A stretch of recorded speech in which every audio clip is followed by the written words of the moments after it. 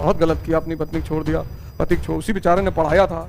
136 पतियों ने अपनी पत्नियों को इलाहाबाद से वापस बुला लिया। अब आलोक मौर्य है, ज्योति मौर्य के हस्बैंड, कायदे से खुद भी नहीं पढ़े होंगे बेचारे, और प्रेम में किसी को क्या बदनाम करना।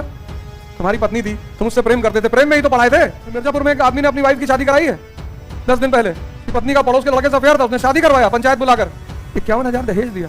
पूछा तुम लगाना तो अपनी बात मत करो, हाँ तो गर्म करके दे देना बेटा, अपने हाथ से खिलाना।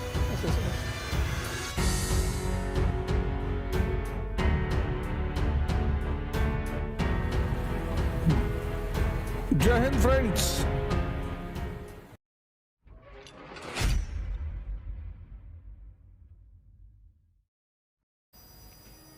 अब वो बेचारी एसडीएम है ज्योति मौर्य, उसके पीछे पड़ गए। उसने नाम कमाया, एसडीएम बनी है, अब उसको बदनाम करने में बड़ा मजा। इस देश की जनता की आदत बदनाम करने में किसी को बड़ा मजा आता है। बहुत गलत किया, अपनी पत्नी छोड़ दिया, पति छोड़, उसी बेचारे ने पढ़ाया था, तो अब नहीं है मन साथ रहने का। और उसका आदमी जब इतना टैलेंटेड है, किसी को एसडीएम बना देता है, एक और ले आए बनाए।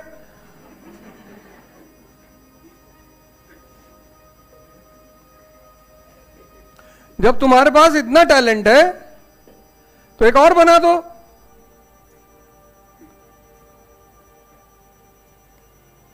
पर उल्टा नहीं करना चाहिए, नहीं। 136 पतियों ने अपनी पत्नियों को इलाहाबाद से वापस बुला लिया। उल्टा बोल रहे हैं, आदमी कमजोर है, औरत चली जाएगी। बहुत सारी औरतें छोड़ के चली गई, लेकिन चूंकि वो नाम वालियां नहीं थी, उनके पास पद नहीं था, प्रतिष्ठा नहीं था, उनको बदनाम करने से कोई फायदा नहीं था, तो किसी ने ट्रोल नहीं किया। ज्योति मौर्य को बदनाम करने से फायदा है, क्योंकि एसडीएम है, अचीवमेंट वाली लड़की है, मजा बहुत आ रहा है।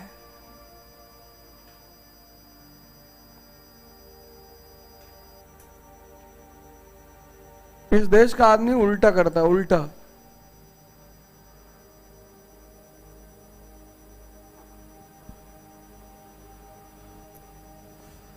और अजीब अजीब बातें करता है। देखो, उल्टा करने की आदत है उसकी।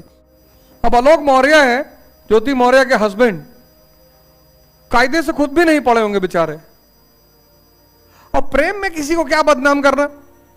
तुम्हारी पत्नी थी, तुम उससे प्रेम करते थे, प्रेम में ही तो पढ़ाए थे। प्रेम में किसी को क्या बदनाम करना। तुम्हारे मन में एक लगाव था, प्रेम था, तभी तो उसको पढ़ाए, एसडीएम बनाए। मान लेते हैं तुमने पढ़ाया, सैक्रिफाइस किया, सब कुछ किया,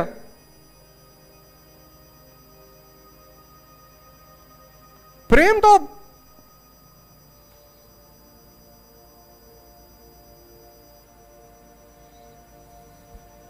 एक लड़का अपनी मां को छोड़ आया ओल्ड एज होम में। जब उसकी मां की डेथ होने लगी तो उसकी मां ने अपने बेटे को बुलाया कि अब तो मेरा अंत समय है, मैं 10 साल ओल्ड एज होम में रही, वृद्धाश्रम में, बेटा मेरा एक काम कर देना, एक फ्रिज रखवा देना, एक खाना गर्म करने वाला रखवा देना, एसी लगवा देना।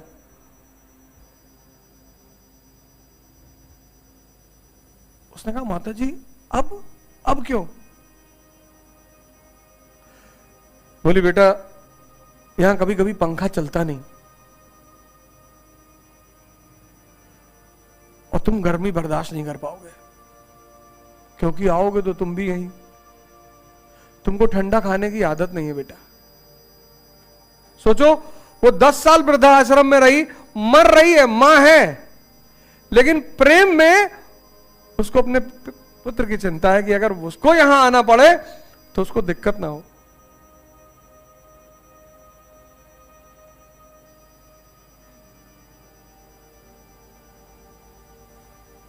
इतना बदमाशी हम लोग अपने परिवार से करते हैं। हमारे परिवार वाले एफआईआर लिखाते हैं, दूसरे वाले लिखाते हैं। किसी माँ बाप को कभी सुने एफआईआर लिखाते हो अपने लड़का लड़की के खिलाफ? जबकि सबसे ज्यादा लोग माँ बाप को परेशान करते हैं। जो मंद बुद्धि है वो सबसे ज्यादा माँ बाप को ही परेशान करेगा। अगर तुम्हारी उम्र 20 साल है तो तुम माँ बाप को तो परेशान ही नहीं कर सकते, अगर उसने तुम्हें 20 साल का किया है तो। इतना कर दिया है।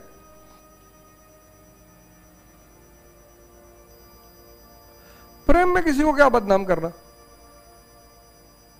और शक्ति है तो किसी को क्या बदनाम करना।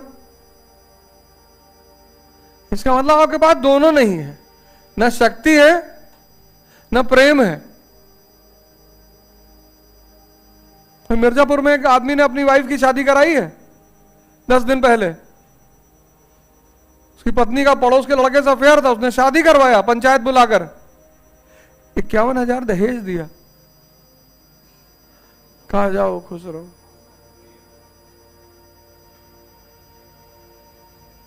जाओ।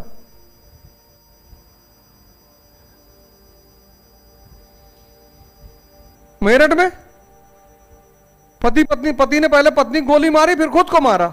10 दिन पहले घटना है, शूटिंग चल रही थी भारत समाचार पे, तो वहीं बैठे हुए तो देख रहे थे। मेरे घर में तो टीवी है नहीं।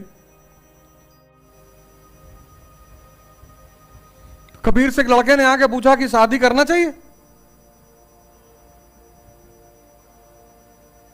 तो बोले यार वो पहाड़ के ऊपर एक महात्मा जी रहते हैं, चलो उनसे मिला लाएं तब बताएं। तो ले गए,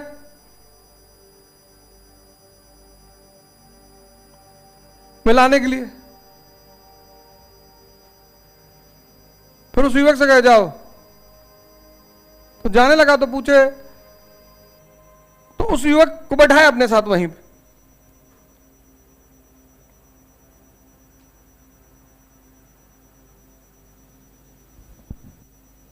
फिर उससे पूछे क्या क्वेश्चन पूछे तो तुम? कहा शादी करनी चाहिए कि नहीं करनी चाहिए। कहा अच्छा। फिर वहां से चले, थोड़ा सा पहाड़ पे उतरे, फिर पूछे कि तुम कुछ पूछे थे मुझसे। कहा वो पूछे थे शादी करनी चाहिए कि नहीं करनी चाहिए। फिर उतर आए पहाड़ पे, 3 घंटा बीत गया यही बात करते करते। तो 3 घंटा बीत गया तो उस युवक ने कहा कि भाड़ में गया उत्तर, अब हम खुद ही पता कर लेंगे।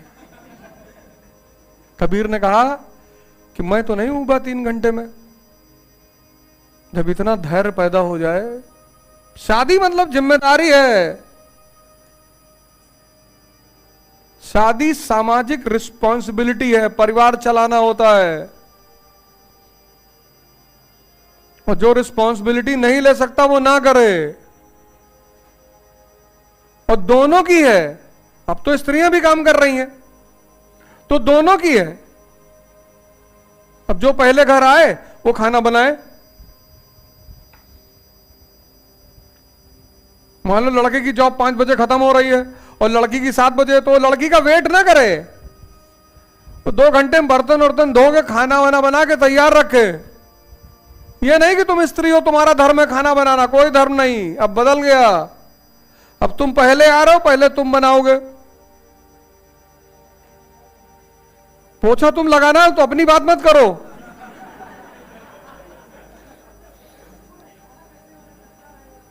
हाँ तो गरम करके दे देना बेटा, अपने हाथ से खिलाना। ऐसे ऐसे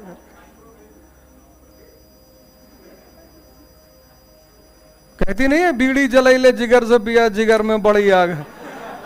तो तुम जो है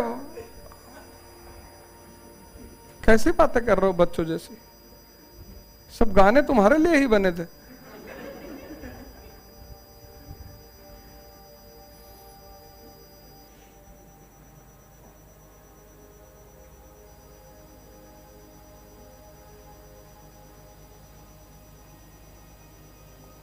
पुरुष कहता है महिला से, न लिहाफ न गिलाफ ठंडी हवा भी खिलाफ, ससुरी जा पड़ोसी के चूल्हे से आग ले।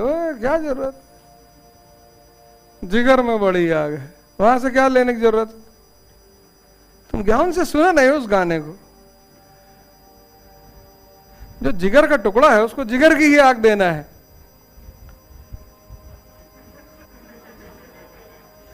कॉन्सेप्ट कमजोर है तुम्हारा।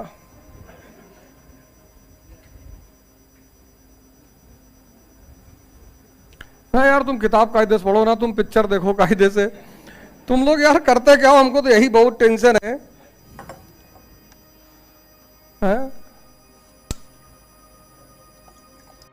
इस देश में ह्यूमैनिटीज पढ़ाई नहीं आती 12th तक। 10th तक जो लोग पढ़ते हैं उनसे कहा जाता है हिस्ट्री पढ़ के कोई नौकरी नहीं पाता। और फिर वही लोग आकर आईएएस की तैयारी करते हैं बिना आधार बिना बेस। साइंस के बच्चे को ह्यूमैनिटीज का अप्रोच ही नहीं पता। कुल मिलाकर जब आप ग्रेजुएशन के बाद तैयारी करने जाते हैं तो 2 लाख रुपए फीस का शुद्ध नुकसान होता है बिना बेस के। श्री यथार्थ 18 मई से एनसीईआरटी कोर्स शुरू करने जा रही है, 4:30 बजे से लेकर 6:30 बजे शाम। 12 से 15 महीने में आपका पूरा बेसिक्स क्लियर कर दिया जाए। जितने भी लोग 12th कर चुके हैं उनके लिए तो बहुत अच्छा अवसर है। 12th के बाद जो ग्रेजुएशन फर्स्ट 12th कर चुके हैं, ग्रेजुएशन फर्स्ट ईयर में है, सेकेंड ईयर में, थर्ड ईयर में, उनके लिए बहुत अच्छा अवसर है, बहुत बेहतरीन अवसर है उनके लिए। यहां आकर 4:30 से 6:30 में एनसीईआरटी के इस कोर्स को ज्वाइन करें। और सबसे अच्छी बात क्या है, आपका 12 से 15 महीने के बीच में पूरी एनसीईआरटी कराई जाएगी, जिससे कि जब आप जीएस की कोचिंग ज्वाइन करें तो आपको यह ना पूछना रहे कि इकोनॉमी क्यों पढ़नी चाहिए, हिस्ट्री क्यों पढ़नी चाहिए, ज्योग्राफी क्यों पढ़नी चाहिए। और इस कार्यक्रम को मैं खुद लीड कर रहा हूं, मेरे नेतृत्व में यह कार्यक्रम चलेगा। यहां पर श्री यथार्थ 4:30 बजे से 6:30 बजे। Thank you.